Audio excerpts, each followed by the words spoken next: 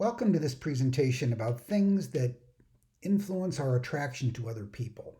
What are some of the factors that make us more likely to find ourselves wanting to be friends with other people or even be attracted to them romantically? We're going to talk about a couple of these factors in this set of slides. The first one has many different names. Sometimes we call it the effects of proximity. Sometimes it's the effect of familiarity. Sometimes it's called the mere exposure effect, which I think is the term your textbook uses. But many studies show that the more we're exposed to something within certain limits, but the more we're exposed to something, be it a political candidate, a song, a picture, or even another subject in an experiment, the more we tend to like it. There have been real-world studies of clerks in department stores, members of bomber crews in the Air Force, and in all these work situations, individuals are more likely to be friends with those who work close to them, the ones they have the most exposure to, the ones they are familiar with. One of the first studies in this area kind of happened by accident.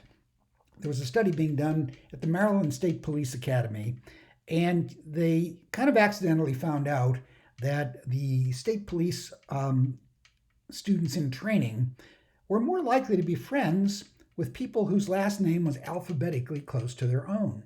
And at first, this was a very puzzling finding. Nobody knew quite what to make of it, until they finally figured out that almost everything that was done at the academy was done alphabetically. People were assigned to seats in classrooms alphabetically. They were assigned to rooms and lockers alphabetically. And so the people that you had the most exposure to were the people whose last name was alphabetically similar to your own.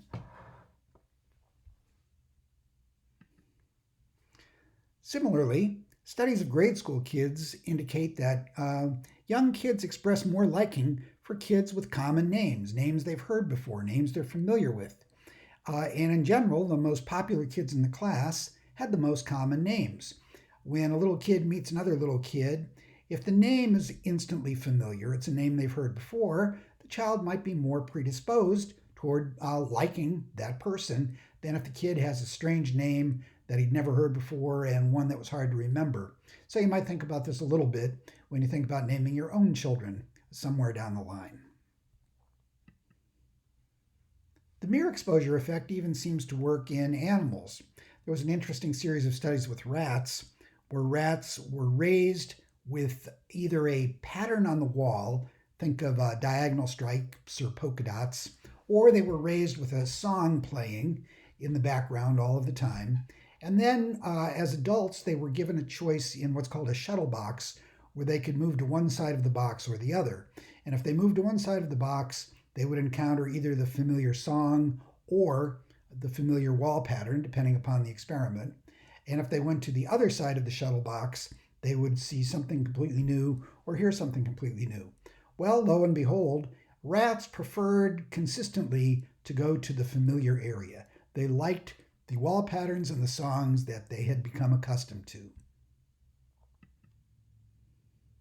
In studies of attraction in the laboratory, it's been discovered that even if you anticipate having interaction with a work partner, you tend to like that person more. So when people expect that they're going to be working with a specific individual, they tend to express greater liking for that individual than for other individuals, even though they've not yet even met the person. And it seems like greater familiarity with almost anything can lead to liking. One of my favorite demonstrations of this took place at a university a long time ago. It wasn't exactly an experiment as much as a demonstration, but on the very first day of class, in a large lecture hall, all the students showed up, but there was one individual covered completely from head to foot in a black bag. Their bare feet were sticking out from underneath, but otherwise the person was completely invisible in the bag. Well, the first day, of course, all the students thought this was quite entertaining, and there was a lot of giggling and laughing and glancing over at the person in the black bag. But the black bag showed up for class every day. In fact, the black bag had better attendance than most of the real students in the class. And at first, there was a little bit of hostility about this. Everybody thought it was funny the first day, but then it seemed to get old. And nobody was sitting near the bag. There was all of these empty seats around it. And people seemed to be kind of tired of it. But as time went on, they accepted the black bag and they would start smiling and saying hello to the bag, and people would start sitting next to the bag. So as time went on and the person in the black bag became more familiar, they appeared to be better liked as well.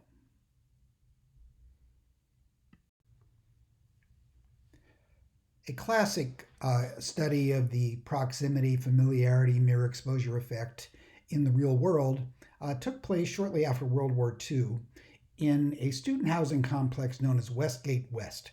This was done at the University of Michigan. Right after World War II, there were a lot of guys who'd been in the Army that were suddenly released, and they had put off going to college because they were busy fighting the war. And there was now a GI Bill that was going to pay for the college education for veterans.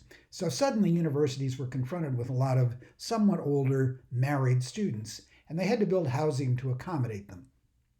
Westgate West was one of these married student housing complexes. It was made up of 17 buildings that were identical in design, and they all looked exactly like this one. You'll notice that there are 5 apartments on the first floor and 5 apartments on the second floor, and that there's a stairway at either end of the building that goes up to the second floor. And right under the stairway on the right side of the picture, you see a little box. Those are the mailboxes for the whole building. So everybody got their mail in one of those mailboxes. The study was very simple. They simply went around to all of the wives, all of the women living in the buildings, and asked them to name the 3 closest friends that they had living in the Westgate West apartment complex. And what they found was a very clear demonstration that proximity was one of the biggest determinants of attraction. 65% of all of the friends that were named lived in the same building, and 2/3 of those lived on the same floor. So the closer somebody lived to you, the more likely you were to be friends. And you were next most likely to be friends with people who lived in the same quadrangle. The way the buildings were arranged were in groups of 4. So there would be 4 buildings facing each other around a quadrangle, and there were 4 different quadrangles. There was a 17th building that was not part of a quadrangle that was kind of off by itself at the end of the complex, facing away from the other buildings onto another street. And people were more likely to be friends with the people that lived next door than the people that lived 2 doors away, and so on. Another interesting finding here was that people who lived in the apartments 1 and 5, and notice where they're located, right near the stairways, and apartment 5 is right near the mailboxes, they were named more often as friends by people on the second floor, and they in turn had more friends on the second floor than other residents from the first floor. Because people had to pass by their doors to go up and down the stairs or to get the mail, they were exposed to them more often, and this led to real relationships and liking. An interesting other finding was what happened to the people who lived in building 17, the one that was not in a quadrangle that faced away from the others. These people almost exclusively had friends within their own building. They didn't seem to know anybody else in the other buildings, and they had developed a reputation. They were the strange people. They put all the weirdos in that one apartment building, and they didn't get involved in the governance of Westgate West. There were all these committees and organizations, and those people tended to be less involved.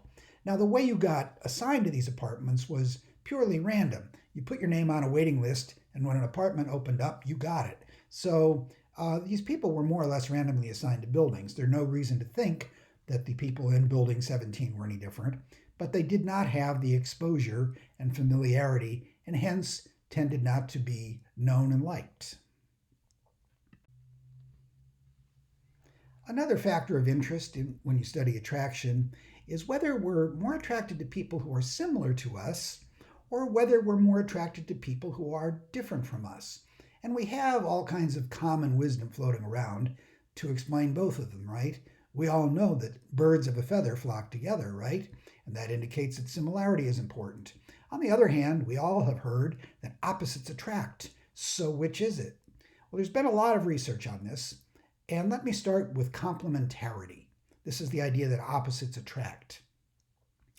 On the surface, it makes a lot of sense, right? Intuitively, it seems like people with very different personalities ought to be very compatible in a relationship. So, for example, if you like to be the center of attention, you might be most comfortable with a person who doesn't want to be the center of attention, who's not going to be competing with you, who's happy to sort of take a back seat and let you hog the glory.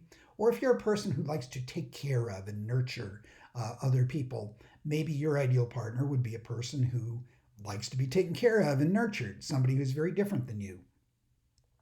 They've even done studies where maybe complementarity in birth order might be something that would lead to attraction. For example, if I'm an older male who had younger sisters, I grew up learning to interact with women younger than me.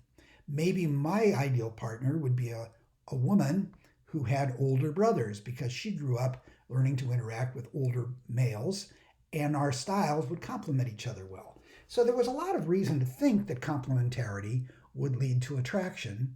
But the truth of the matter is that when all the research finally came in after decades, there just didn't seem to be much there.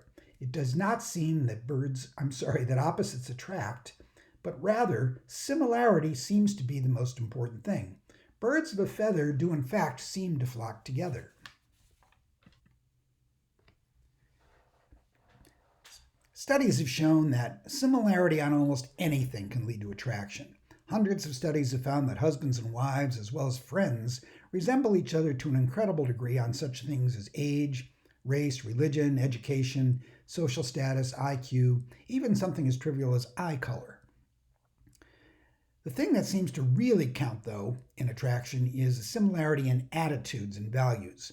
We're even more attracted to people who agree with us than to people who look like us. And when you think about it, this makes a lot of sense, right?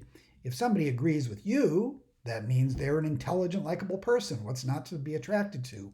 Also, if they're reinforcing your worldview, you're not going to spend a whole lot of time arguing and fighting with them, and you may have some interests in common. So it makes sense that you would be drawn to somebody like that.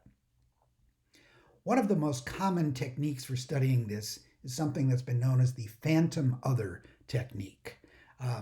In these experiments, people think they're going to have to work with somebody else, and they're given the opportunity to choose what kind of person that they're going to work with. And they see, okay, they have filled out an attitude scale themselves before the experiment started, and they see the attitude scales of some other hypothetical people who were supposedly other subjects that they could work with. And when they're asked to select which of these people they would prefer to work with in the experiment, they invariably choose the person whose attitudes are most similar to their own. Now, there isn't a real person there. That's why it's called the phantom other scenario, because these are fake questionnaires, but it's a way of finding out whether people are drawn to similarity or not. Now, the consensus of these studies is that, yes, similarity draws us together, but perhaps the effect is better described as dissimilarity hurting attraction rather than similarity forcing attraction.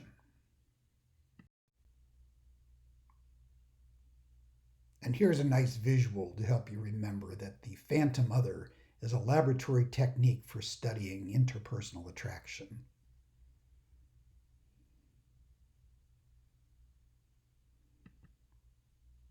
I may just put a question on the next test about this to reward people who've looked at the slides. One final variable that I'd like to talk about as a relationship is developing is the importance of reciprocating the levels of self-disclosure that go on. Because this is an important part of making relationships move on to the next level. Previously in this course, you've studied the norm of reciprocity, which means that when someone behaves a certain way in a social situation, there's pressure on us to reciprocate that and match whatever it is the other person has done. The same seems to be true for self-disclosure. When you're in a relationship with someone and you begin to share at a certain level from your own life, there's pressure on the other person, if they want to continue in the relationship, to match that level of sharing. And you've probably all had the uncomfortable situation of meeting people who violate this rule in one direction or the other. So, for example, you may have met somebody that you liked and thought maybe you'd like to be friends with them or have some sort of relationship with them. But after a few months, as you've gradually opened up, you're finding out that you don't really know any more about this person than you did after the first hour that you knew them. They just aren't sharing, they're not matching your level of self disclosure. And this makes you feel uncomfortable. It makes you feel vulnerable. This person has lots of information about you that you can't match. You don't have the same level of information about them. It's as if they don't trust you. And this means that the relationship probably is not going to go anywhere. On the other hand, you've probably also had situations where you meet a new person and that person instantly starts spilling their guts about all kinds of private details of their life and their family and their health and things you don't really need to know, at least not this early in the relationship. And then the person stops and looks at you, and there's this awkward feeling because now you feel pressure to reciprocate. It's almost as if you should match the level of self disclosure that that individual has shown. But for obvious reasons, you don't want to do that. It's uncomfortable. And so this relationship probably isn't going anywhere either because the level of self disclosure is out of sync. There have been some experiments on this, and they find that even in trivial public places between strangers, people tend to match the level of intimacy in the conversation that the other person is using, as long as that person doesn't take it too far. So collectively, all of these different variables lead us toward liking someone. If it's somebody we're familiar with, somebody we see a lot of, somebody who is similar to us, and somebody who is matching our level of self-disclosure pretty well, then odds are that we're going to end up having a relationship with this person and liking them.